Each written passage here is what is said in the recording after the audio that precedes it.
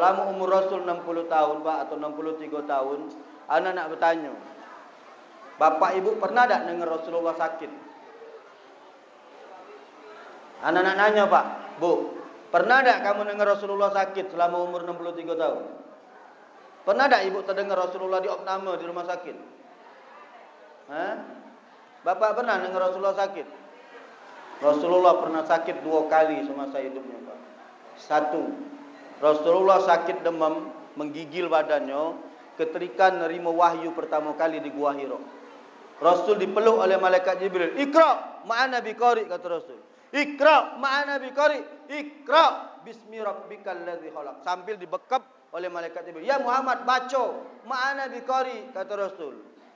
Aku tak bisa baca. Iqra, kata malaikat Jibril. Ma'ana biqari. Iqra bismi rabbikal ladzi khalaq. Bacalah dengan menyebut nama Tuhanmu yang telah menciptakanmu. Surat Al-Alaq. Habis dipeluk, Rasul balik ke rumah, menggigil Pak. Menggigil. Kamu tahu tak hikmahnya Pak? Tahu tak hikmahnya? Kenapa Rasulullah SAW tidak bisa baca dibuat oleh Allah? Karena zaman dahulu orang Arab itu Pak hobinya bersair. Kalau Rasul ini bisa baca, pastilah mereka akan menduga bahwa Al-Quran itu buatan Rasulullah. Kalau ini tak baca, mereka nak ngomong, Rasul tak baca-baca. Tak baca nulis. Dari mana mereka nak menduga bahwa Al-Quran buatan Rasulullah? Bahwa Al-Quran memang benar-benar wahyu dari Allah Subhanahu Wa Taala. Sakit sekali nerima wahyu di Gua Hira. Rasulullah sakit demam Pak. Balik, kata Khadijah, aduh apa wahai suamiku? Dia cerita Rasulullah menerima risalah di Gua Hira dari malaikat Jibril. 2, Rasulullah sakit menjelang beliau wafat. Tanggal 12 Rabiul Awal, hari Senin pagi, waktu nak solat subuh. Ditunggu Rasulullah tak datang, dijengok, akhirnya disusul oleh Sayyidina Ali, ternyata Rasulullah sakit Pak, demam. Tapi demam-demam Rasul dibopong oleh Sayyidina Ali solat ke masjid Pak. Selesai solat berjamaah, Rasul baca surah Al-Kahfi ayat terakhir, Rasulullah balik, dari situ Rasul meninggal dunia. 2 kali cuma Rasulullah sakit Pak. 1 nerima wahyu, yang kedua nak meninggal. Kalau kita ni lain Pak, dengar-dengar demam, dengar-dengar sakit ini, dengar-dengar sakit itu. Pertanyaannya, ngapa? Karena kita tidak mengikuti Rasulullah SAW. Ternyata salah satu terapi kesehatan yang paling mujarab itu adalah sholat Pak.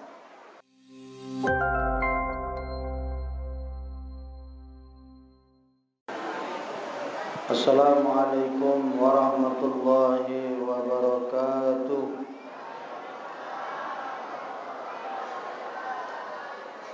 Allahumma salli wa sallim wa barik ala sayyidina Muhammad wa ala alihi walhamdulillahi rabbil alamin.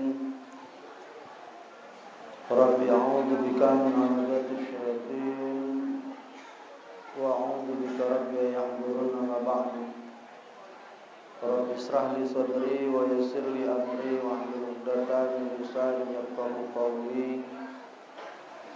Rabbi zidna ilman, Rabbi zidna ilman, Rabbi zidna ilman. Sadaqallahu alazim.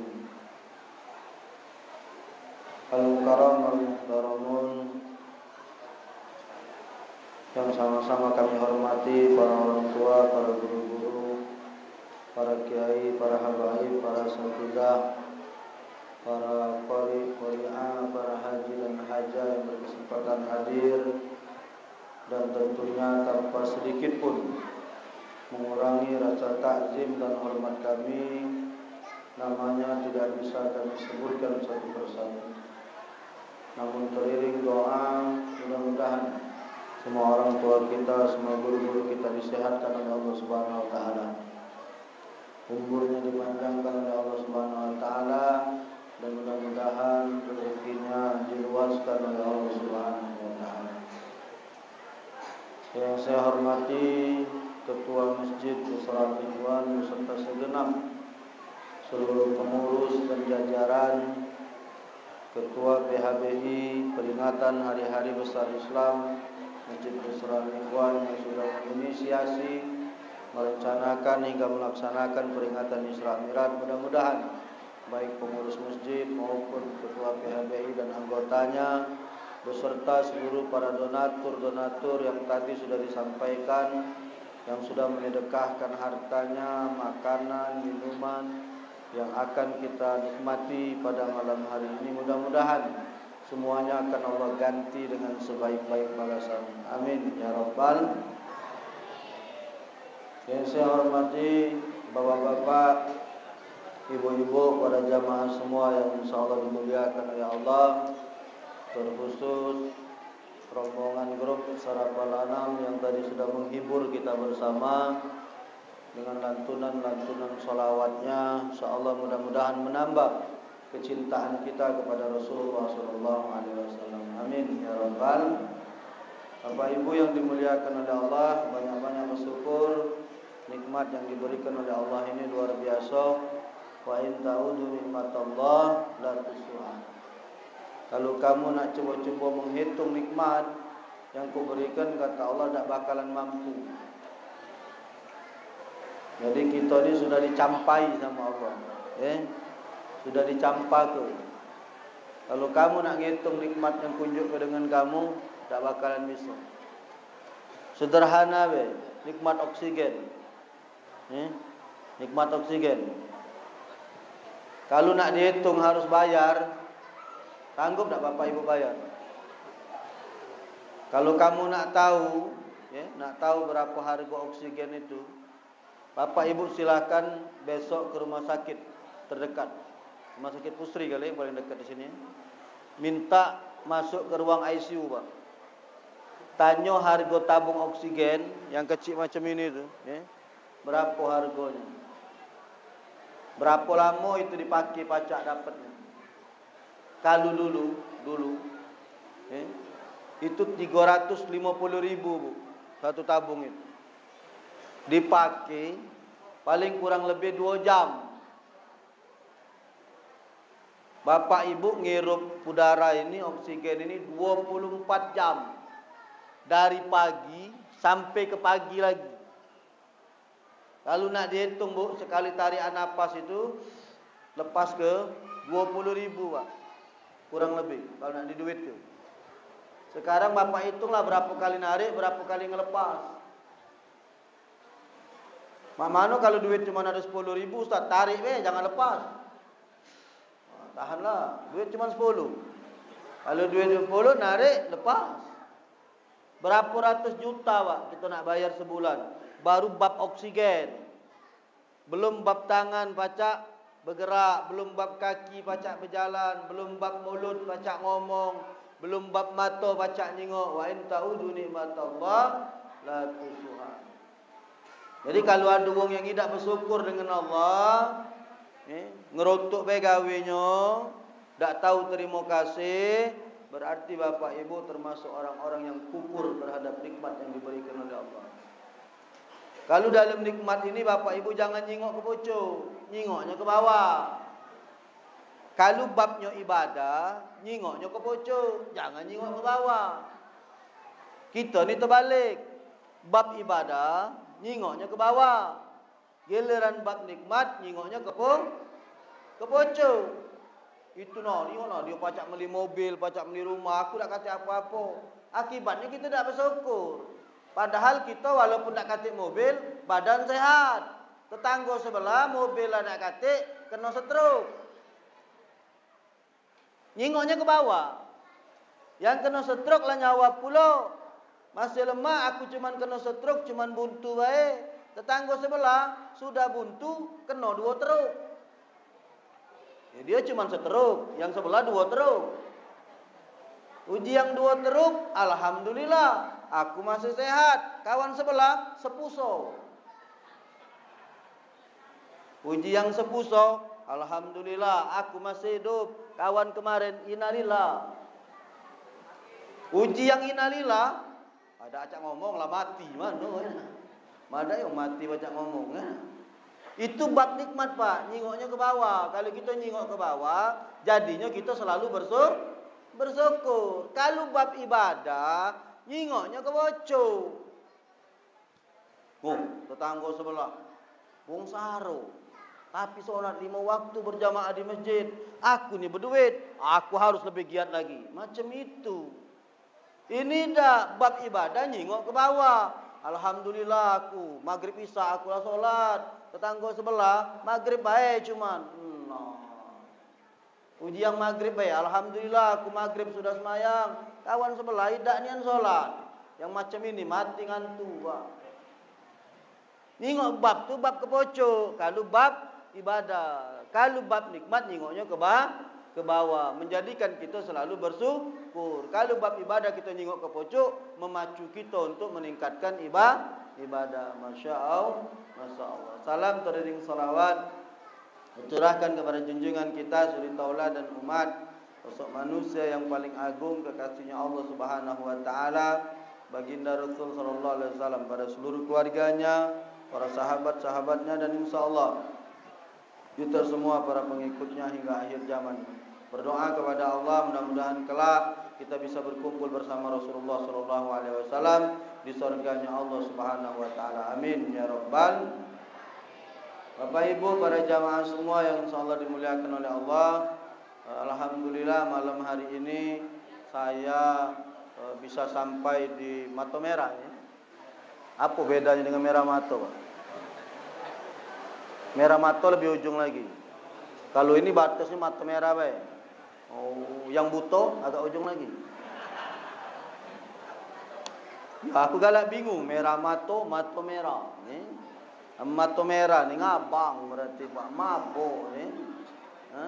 Kalau merah mato, matonya merah berarti sakit mato kali. Ya pokoknya macam itulah kira-kira. Anak tadi bingsal di mana masjid ini masuk nyampi apa tidak gitu. Ngecik rupanya sampai sini besar, ada masjid yang bagus. Alhamdulillah. Negonya lama, Pak. Mengurus minta dengan anak, waktunya tak ketemu. Karena jadwal anak memang sudah berisi dan inilah kosong. Anak kira ini kan sudah bulan Sa'ban, tak kata lagi wong nak Isra Mi'raj. Rupanya masih, Pak. Saya sampai tanggal 6 April masih ngisi Isra Mi'raj tiap malam. Doa ke sehat, badan segar, seluruh hajat bisa disampaikan. Alhamdulillah.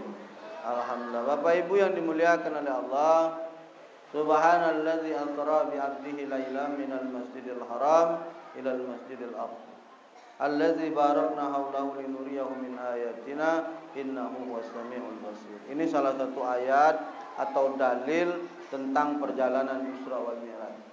Saya tidak bahas itu, Bu. Saya tidak bahas bab ini karena bab Isra Mi'rajnya mungkin Bapak Ibu bisa follow di Instagram saya atau lihat di YouTube saya, klik ke Mas Muhammad Ali. Saya ceramah sudah hampir 1 bulan tiap malam dengan tema dan judul berbeda-beda biar Bapak Ibu bisa nonton mengikuti babnya masing-masing. Malam hari ini juga saya tidak menjelaskan tentang bab nisfu Sa'ban. Kemarin ada jemaah bertanya, Ustaz, katanya nisfu Sa'ban tak kati ajarannya. Katanya nisfu Sa'ban itu bid'ah. Saya sudah jelaskan di bab dan berikut dalil hadisnya tentang bab nisfu Sa'ban. Cak mana nyingoknya, buka di YouTube saya. Ini kawan media sudah di-share. Ini yang baju hitam ini kawan media kita, Pak. Ini kawan-kawan anak-anak dari Majelis Asmaul Husna selalu melok saya mereka ngaji. Karena mereka ni sekali seminggu ada taklim sama anak. Tapi merasa kurang sehingga di mana anak ceramah mereka nuntut. Anak tidak nyuruh, Pak, mereka.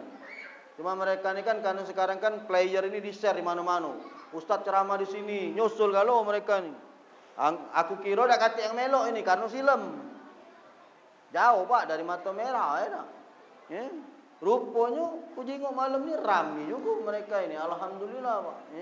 Artinya semangat mereka ini untuk taklim kemudian masih besar jiwanya. Doakan mudah-mudahan anak-anak muda ini istiqomah kalau. Amin ya rabbal. Saya tidak bahas bab nisfu Sa'ban, saya sudah jelaskan, saya cuma kasih tahu saja secara kalender Kemenak yang dikeluarkan oleh Kementerian Agama, nisfu Sa'ban jatuh pada tanggal 28 Maret bertepatan dengan Ahad malam Senin tanggal 14 malam 15 Sa'ban. Yang nak memperingati sama-sama jaturi yang nak memperingati dewek-dewek di rumah nak solat, nak berdoa silakan. Yang idak juga lajulah, jangan ribut. Sudah bukan babnya lagi kita nak berdebat-debat soal masalah itu, Pak. Ya. Soal kunut tak usah dibahas-bahas lagi. Soal tahlil tidak tahlil, sudahlah. La na'maluna walakum a'malukum. Kau gawe kau, wong gawe wong. Sudah. Ya. Kalau kita tidak sepakat dengan nisfu Sa'ban, tak usah nak mempengaruhi wong lain supaya tak nisfu Sa'ban. Cukuplah diri kamu baik.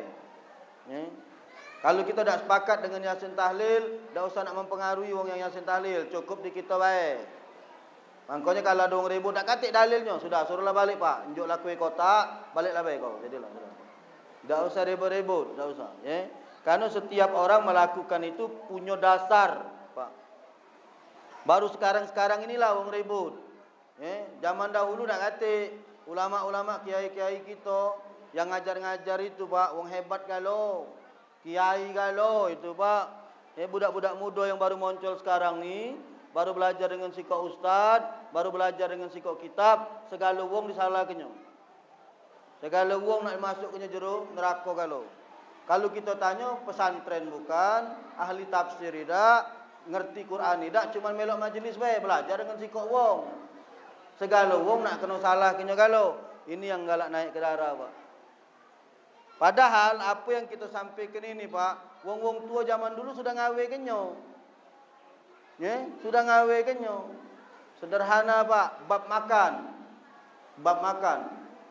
Tak ada Rasulullah ngajar ke makan Perancis pak. Perancis secara wong Perancis.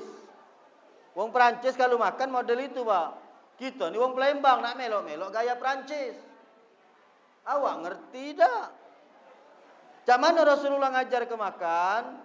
Pakai hidangan. Dudukkan di bawah, makan sama-sama. Ya, dari zaman dahulu mana ada wong makan Perancis-Perancis ada kamu kalau diundang untuk mau Palembang bingin. Mana ada ngobeng no. Benar tak Pak? Oh, laju polur ini ada kan? Berarti wong tua zaman dulu sudah lebih ngerti hadis, sudah lebih ngerti Quran daripada kita. Kita yang baru belajar ini nak nyalak wong tua zaman dulu. Contoh lagi. Dalam kamar mandi, Pak. Bu. Oh bu, nyai kamu dulu, ibok kamu. Kalau kami yang Palembang ibok, nenek kamu dulu, anak-anak nanyo. Jero kamar mandinya ada apa biasanya? Ada kain? Ada kain telesan, benar? Di dalam kamar mandinya pasti ada kain telesan. Dua, jero kamar mandinya tidak pernah gantung ke gantungan anduk. Gantungan apa namanya pakaian, benar. Apa yang dilakukan mereka di depan kamar mandi ditaruhnya rago, benar. Kamu kan tidak ngerti pak. Ini aku tunjuk tahu pak. Karena wong zaman sekarang yang baru budak-budak baru nak belajar ini pak, yang baru nak tobat-tobat ini, baru ngaji-ngaji si kok dua wong ini, segala disalahkan galo. Padahal ulama dulu, kiai dulu, wong tua dulu jauh lebih alim dari mereka. Jauh lebih soleh dari mereka. Jauh ilmunya lebih hebat dari mereka.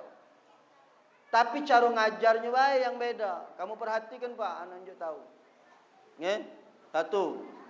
Di dalam kitab Bidayatul Hidayah dan kitab Maraqil Ubudiyah, bahwa pakaian yang digantungkan di kamar mandi, kalau tidak ibu ambei, tidak bapak ambei, maka pakaian itu akan dipakai oleh setan iblis. Makanya wong tua zaman dulu tahu, jangan sampai pakaian ini dipakai oleh setan belis, maka diambilnya, dimasukkannya di rago, ditaruh di luar kamar mandi. Dua. Orang yang mandi tidak pakai telesan, Bu, kamar mandi Bu, tempat setan belis, Bu. Karena iblis waktu diusir oleh Allah minta rumah, salah satunya tempatnya kamar mandi. Bapak ibu, terutama ibu-ibu ya. Kalau kamu mandi tidak bertelesan alias telanjang bulat, setan nunggu nian Bu, Pak, kamu di kamar mandi. Apalagi maaf, adik-adik yang muda-muda ni nah, yang cantik-cantik, yang putih-putih ni ditunggu nian kamu oleh belis. Kapan masuk kamar mandi? Dia nak nyingok Pak, dia muka baju, muka pakaian, melepaskan aurat, setan belis nunggu. Ibu yang tua jangan jawab, akulah tua Ustaz, masih digoyorinya. Masih belis tu Pak, goyor tua-tua berejol lah. Ya. Mangko wong tua zaman dulu pinter, Pak. Dia pakaikan kain telasan supaya setan belis dah acak nyingok aurat kita di kamar mandi. Kita baru belajar kitabnya 2020 ni lah. Ilmu itu kita dapatkan puluhan tahun yang lalu. Kiai-kiai dulu nak disalahkan oleh budak zaman sekarang. Mangkonya kata anak, nisfu Sa'ban Pak dari anak kecil. Sudah ada di kampung anak nisfu Sa'ban. Umur anak ni 43 tahun Pak, bulan Juni kage. Tak usah ngenjuk kado, aku ngenjuk tahu ya aku tu. Tak usah nak nganter-nganter ke kado. Bulan Juni kage 43 tahun umur anak. Dari anak kecil nisfu Sa'ban sudah ada Pak. Ada wong yang baru belajar agama. Pesantren bukan, waya duduk di majelis belajar dengan Google lewat HP, wong nisfu Sa'ban disalahkannya. Pertanyaannya, apa kiai-kiai yang ngawe kenyo dulu tubuyan galo? Apa kiai-kiai yang ngawe kenyo dulu bengak galo? Iya kan? Pertanyaannya, jawabannya ilmu kita ni belum nyampe ke sana. Kita tidak paham dan belum mengerti, belum terbaca kitab yang menjelaskan tentang dalil nisfu Sa'ban. Makanya dalam bab ibadah, ana sering ngomong, jangan ngerasa diri kita yang paling benar. Kalau kita ngerasa ibadah kita ni yang paling benar, maka kita pasti nyalahkan orang yang lain. Maka di bab ibadah ini berusahalah supaya ibadah kita ni baik dengan benar. Jangan ngerasa benar. Kalau kita ngerasa benar, segala orang yang tidak sama dengan kita pasti kita salahkan. Bab ini yang harus kita tetap. Saya tidak jelaskan bab nisfu Sa'ban karena saya sudah ceramahkan kemarin dan beberapa tempat. Silahkan buka di YouTube saya atau di akun Instagram saya, Kemas Muhammad Ali. Malam hari ini saya ingin mengupas tentang kehebatan solat. Bapak Ibu yang dimuliakan oleh Allah, ana nak nanya Pak. Rasulullah sallallahu alaihi wasallam wafat, ada berbeda pendapat, ada yang mengatakan 63 tahun, anggaplah 60 tahunan lah, ya tak? Selama umur Rasul 60 tahun Pak atau 63 tahun, ana nak bertanya. Bapak Ibu pernah tak dengar Rasulullah sakit? Ana nak nanya Pak, Bu, pernah tak kamu dengar Rasulullah sakit selama umur 63 tahun?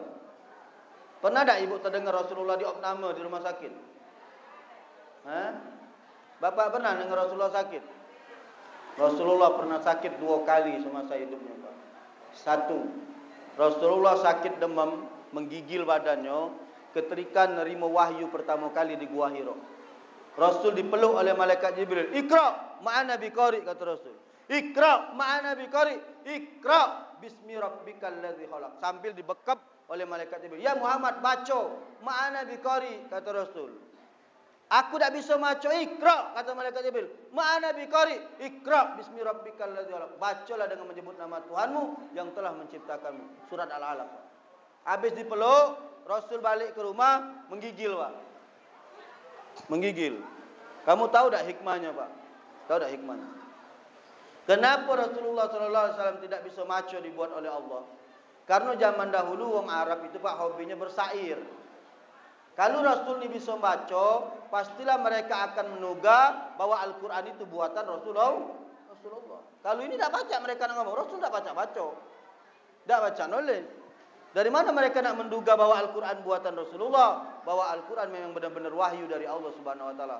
Sakit sekali nerima wahyu di Gua Hira. Rasulullah sakit demam Pak. Balik kata Khadijah, "Aduh apa wahai suamiku?" Dia ceritalah Rasulullah menerima risalah di Gua Hira dari malaikat Jibril. 2, Rasulullah sakit menjelang beliau wafat. Tanggal 12 Rabiul Awal, hari Senin pagi, waktu nak solat subuh. Ditunggu Rasulullah tak datang, dijengok, akhirnya disusul oleh Sayyidina Ali. Ternyata Rasulullah sakit Pak, demam. Tapi demam-demam Rasul dibopong oleh Sayyidina Ali solat ke masjid Pak. Selesai solat berjamaah, Rasul baca surah Al-Kahfi ayat terakhir, Rasulullah balik, dari situ Rasul meninggal dunia. 2 kali cuma Rasulullah sakit Pak. 1 nerima wahyu, yang kedua nak meninggal.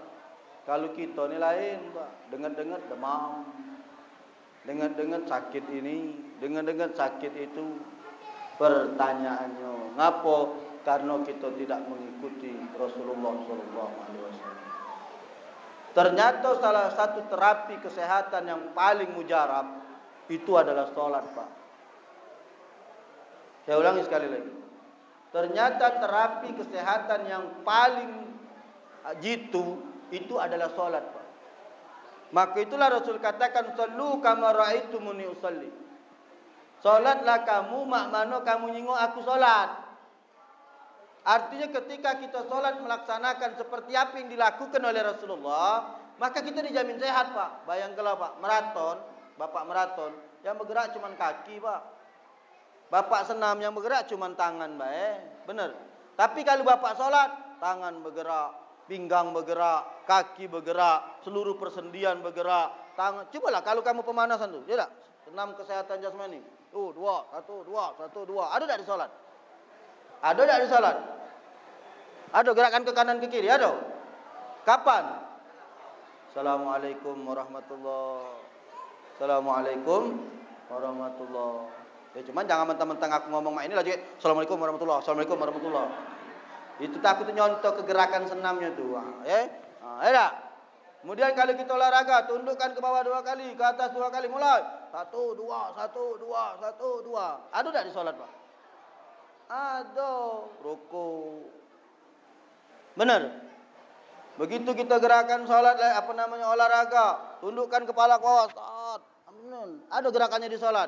Ada ketika nak sujud. Angkat tangan tinggi-tinggi, gerakan seperti ini. Ada di sholat. Ada waktu takbir. Hebat tak, Pak? Tapi kita tidak sadar. Kalau kita melaksanakan sholat ini dengan baik dan benar, sesungguhnya kita sehat, Pak.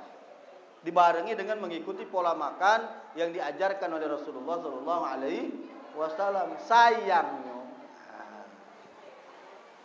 Sayangnya Bapak Ibu, kita sholat sebasengan. Allah Akbar. Assalamualaikum warahmatullahi wabarakatuh. Amin. Balik. Makanya sholat kita 5 menit, Pak, paling lama. Kalau sholat dewean pacak 3 menit. Pacak 3 menit. Ngapo? Karena kita sholat sebasengan baik. Makanya kita tidak mendapatkan efek dalam kesehatan dalam gerakan sholat. Pernah datang seorang pemuda, Pak, kepada Rasul. Sholat dia. Allah Akbar, Allah Akbar. Terus saya sholat, dia datangi Rasul, nak salaman. Kata Rasul, lama tusalli. Kau belum sholat. Kaget pemuda ini, sholat lagi dia. Kalau saya sholat, nak salaman lagi dengan Rasul. Lama tusalli. Kau belum sholat. 3 kali budak ini ngadep Rasul, selesai sholat nak salaman. Lama tusalli. Ya Rasul, tunjukkan aku sholat yang lebih baik dari ini. Apa kata Rasul? Kau tu sholat pecah ayam makan. Tahu tak bapak ayam makan? Matuk-matuk je. Allah. Ini ibu-ibu dicari jenian kalau solat tarawih. Kalau ada imam yang cepat macam itu, favorit. Ditandoinya oleh ibu-ibu. Alhamdulillah Ustaz, lemak Ustaz ini. Sangkoku lemak ngapo? Gancang solatnya. Rupanya yang solat cepat-cepat itu setuju. Apalagi yang di Jawa itu, Pak, 23 rakaat 8 menit. Benar tak kamu tengok videonya? 23 rakaat, Pak, 8 menit. Ya, nyongkur ke mana-mana. Bangsa praktek ke kita, muntah kalau belewa, kolang kaling, dawet, enak. 23, Pak. Tempe telur besar, beta keluar dari mulut, jangan main. 8 menit. Aku sudah tengok video di Jawa, Pak. Ya Allah ya Karim. Padahal solat itu ada namanya rukun tumak nina. Apa tumak nina itu? Berhenti sesaat setelah bergerak. Tumak nina rukuk misalnya. Allahu Akbar. Berhenti dulu, baru Subhana rabbiyal azim wa bihamdihi 3 kali. Rukun tumak nina i'tidal. Sami Allah liman hamidah. Stop dulu. Rabbana walakal hamd. Baru Allah. Kita nida. Kadang tangan belum nyampe lah tegak lagi. Allahu Akbar. Sami Allah. Semayang apa ngapu. Yang model macam itu nak sehat. Pak. Itu yang galak kita bikin sakit pinggang. Saya pernah melok kajian, Pak, dengan Ustaz Saleh, dari Jawa kalau tidak salah. Terapi sehat dengan solat. Ternyata ibu bapak, penyebab segala penyakit itu Karena di di tengah betis kita ini terdapat gumpalan darah, ya, yang kemudian menghalangi darah berpicu dari bawah sampai ke pucuk, Pak. Namanya kortisol. Ya. Ternyata untuk memecahkan sumbatan kortisol di bawah betis ini, Bu, lewat jalan kita rokok dengan benar selama sekitar 3 atau 5 menit, 5 detik. Contoh, rokoknya dengan baik dan benar, yang diajarkan Rasulullah. Macam mana rokoknya Rasulullah? Kata Aisyah, Rasulullah kalau rokok ditumpai banyu di punggungnya tidak tumpah. Rasulullah kalau rokok ditumpai banyu di punggungnya tidak tumpah.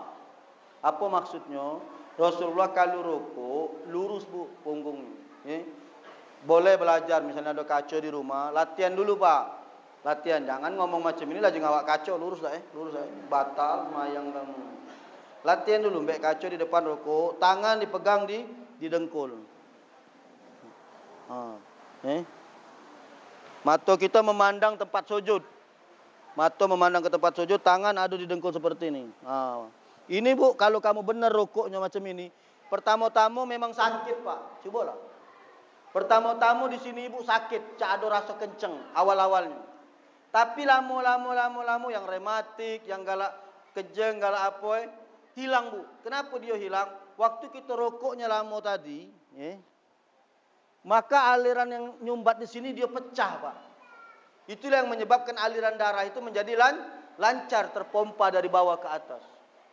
Kita cuma tahu hadisnya baik, kata Aisyah, Rasulullah itu, kalau dia sholat, bacaannya, Bu, dari Al-Baqarah 2 juz setengah, tak berhenti. Rasul rokoknya selama beliau berdiri. Pernah tak kamu baca hadisnya?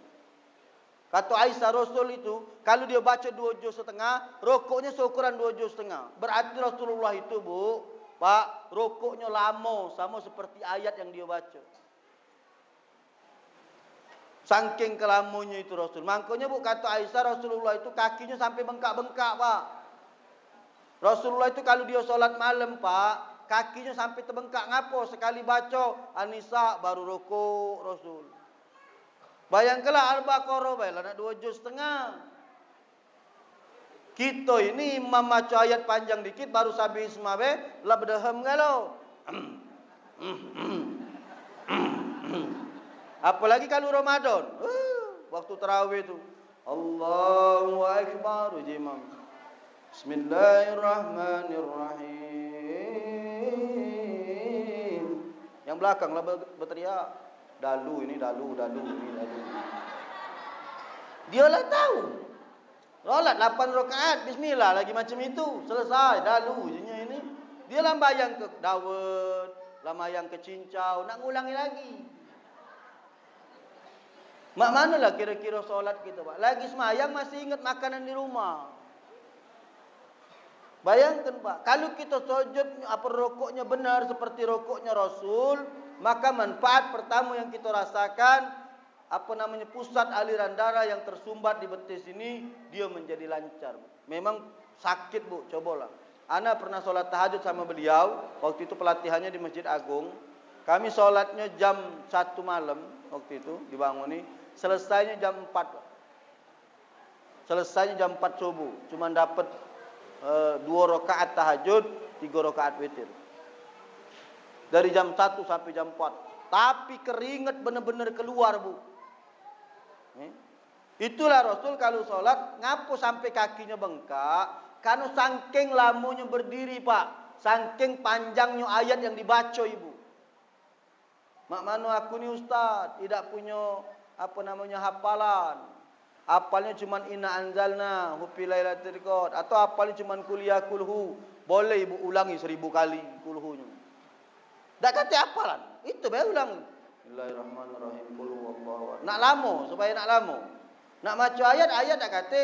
Apa boleh ustaz? Boleh. Dalam hadisnya Rasulullah pernah mengulang-ulang satu ayat di dalam solat. Siko ayat dibaca Rasul, diulang-ulang berkali-kali, Pak. Boleh. Jadi kalau ibu tak kata bacaan, boleh. Tidak kata hafalan, mak mana? Nak ngapal lah umur lah tua ustaz, cara umur lah 70. Ngapal pucuk, bawah lupa. Ngapal bawah, pucuk lupa. Pucuk bawah ingat, tengah lupa. Cara umur lah 70. Mana lagi? Sudah semampunya be. Ayat apa yang ibu baca, ulang berkali-kali untuk terapi solat. Boleh.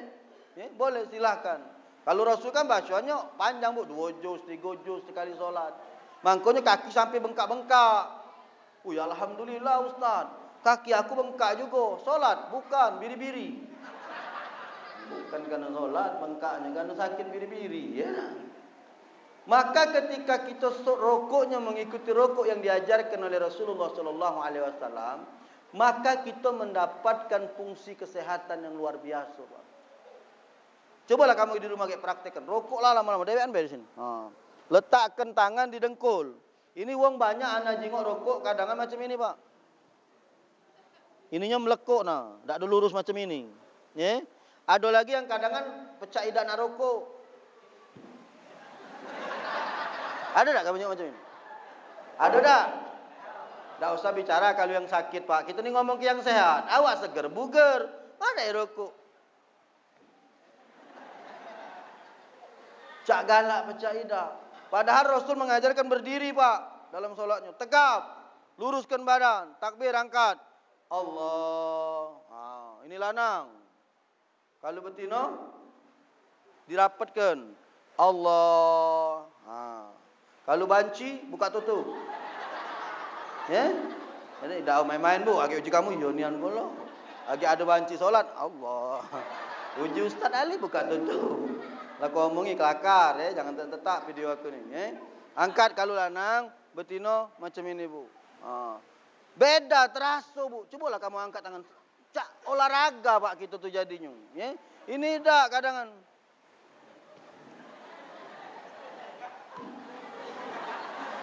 Oh, je malaikat tabok tu lah musuhnya mamangin.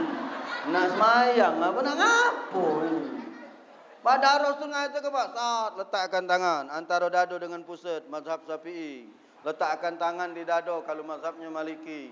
Letakkan tangannya di pusat kalau mazhabnya Hanafi. Silakan. Makanya kataku tadi jangan ngerasa solat kamu paling benar. Kamu belajar solat naruh ke tangan di sini, adong naruh tangan di pusat kamu salah ke? Ada orang naruh ke tangan antara dado dengan pusat, kamu salah ke? Padahal ada kalau kitabnya itu. Sifat tu solat Nabi karangan Nasiruddin Al-Albani, muridnya Imam Abu Hanifah. Hanafi mengajarkan guru kami kata Al-Albani meletakkan tangan di pusat Pak. Taruhkan tangan kiri di pusat, dirangkul dengan tangan kanan. Ini mazhab Hanafi. Sementara dalam kitab Safinatun Najah karangan Salim bin Abdullah bin Sumair, mazhabnya Syafi'i meletakkan tangan antara dado dengan pusat. Allahu Akbar. Menurut kitab dalam Maliki meletakkan tangan di dado. Allahu Akbar. Beda-beda Pak.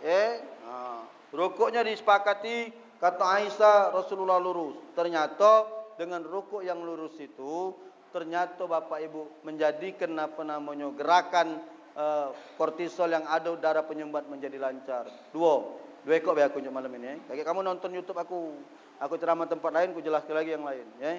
Dua, ketika sujud. Ketika sujud yang benar bu, mana aku nak jelasin, kedak kejinguan kamu. Posisi kaki, seperti ini bu, yang benar. Aku sujud silahkan ini di sudut. Nanti silahkan tonton di YouTube kalau tidak jelas. Waktu kita sujud, menurut mazhab Syafi'i menjatuhkan dengkul terlebih dahulu. Menurut mazhab Hanafi dengan Maliki menjatuhkan tangan terlebih dahulu. Saya mazhabnya Syafi'i Pak, maka saya mengajarkan jatuhkan dengkul terlebih dahulu. Dah usuk juga ini rokok ada jeruk ini. Pinggir. Iya. Bangsa ada solat macam ini, dah usuk juga aku rasa bu. Dah baca kita nak sujud ada jeruk. Sama cak wong bulan puasa, kamu pernah tak merhati ke Pak? Muazin kalau bulan puasa ajannya cepat nian. Kamu perhatikan lah, aku perhatikan. Kalau tidak bulan puasa, Allahu Akbar, Allahu Akbar. Kaget kamu jengok bulan puasa kaget, muazin. Allahu Akbar, Allahu Akbar, Allahu Akbar, Allahu Akbar. Noleh dia, habis laju. Soalnya dia ajan yang belakang tetap ngetuk makan ini, ngelanjak ke pempek ini, ya dah. Kamu perhatikanlah omongan aku kalau tidak percaya. Kaget bulan puasa, jengoklah. Nah, perhatikan sujud. Mazhab Syafi'i Bu, nyampakkan dengkul terlebih dahulu. Allah, taruhkan dengkul seperti ini, tangan sejajar dengan telinga, seperti ini. Kaki bagian bawah bukan ditegakkan macam ini, bukan ditaruhkan macam ini Bu, tetapi dihadapkan ke arah kiblat, ditekan Pak. Di dalam hadisnya Aisyah mengatakan, Rasul kalau beliau sujud, di bawah perut Rasulullah ini anak kambing bisa lewat. Berarti Rasul sujud Bu, keningnya ditekankan, seperti ini, perutnya diangkat. Nah, ini tangan ditekankan. Apa namanya? Kaki. Ujung jempol ditekankan ke depan, tangan ditaruh di sebelah telinga, perut diangkat. Nah, seperti ini. Ternyata orang yang sujudnya benar seperti ini menurut ilmu kesehatan, kata dokter, ini memacu darah ini Pak. Jadi darah yang ada di sini, ditekan ke pocok, dia berlari ke jantung. Makanya dia sehat. Berbeda dengan wong yang macam ini Pak. Atau ada yang lebih parah, ini dia sujud. Ada kamu yang sujud macam itu? Itu tak lama lagi, 2 hari mati memang itu. Nah, ini anak-anak dikit anak sujud nah. Keringetan. Dengat be anak meraktekkan sujud nah, lah keringetan. Ngapo keringetan? Panas. Asli tak hidup dua ekor soalnya. Ternyata ketika kita melaksanakan gerakan yang baik dan benar, ternyata dia berefek kepada kesehatan, Pak. Tapi sayangnya kita sholat cuman batas nyingo. Kita tidak rukuk dengan rukuk yang benar, kita tidak sujud dengan sujud yang benar, kita tidak tumak nina dengan tumak nina yang benar. Kenapa orang solat sering sakit pinggang? Kalau dia solatnya benar, maka pinggangnya tidak sakit. Kenapa dia sakit pinggang? Secara ilmu kedokteran, di pinggang kita ini Bu, Pak, di pinggang kita ini ada engsel Pak. Makanya dia bisa macam ini kan, bisa bertakuk ini. Ini ada engsel. Penyakit kita ini nak gancang be kalau semayang. Dia baru macam ini, Allah, engsel ni belum pas pada tempatnya, dia lah tegak lagi. Jadi kata dokter tu dia macam ini Pak posisinya. Dia macam ini, belum pas, lah kamu masuk ke. Tak ada cocok dia masukannya Pak. Itu yang bikin pinggang kita nyeli. Linu. Makanya kalau dia solatnya benar, Allahu Akbar, tumak nina dulu. Sami Allah liman hamidah. Cubalah Pak, cubalah. Nikmat niat. Terutama solatnya waktu malam, tahajud misalnya. Ya kalau solat imaman jangan pula Pak, kayak imam nak meraktek kerja aku tadi, Allahu Akbar. Setengah jam dia rukuk, kapan Assalamualaikum, katik lagi jemaah habis. Berlari, balik kalau wong alang kelamun ni.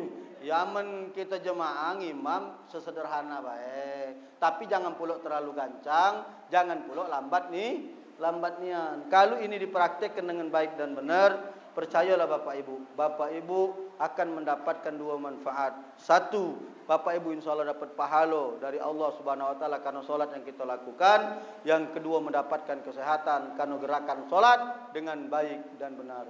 Kalau mudah-mudahan manfaat. Ada salah Ustaz minta maaf, kepada Allah minta ampun. Kalau ada kata-kata yang menyinggung hati dan perasaan Bapak Ibu saya mohon maaf. Kepada Allah kami minta ampun. Wal afu minkum. Wassalamualaikum warahmatullahi wabarakatuh.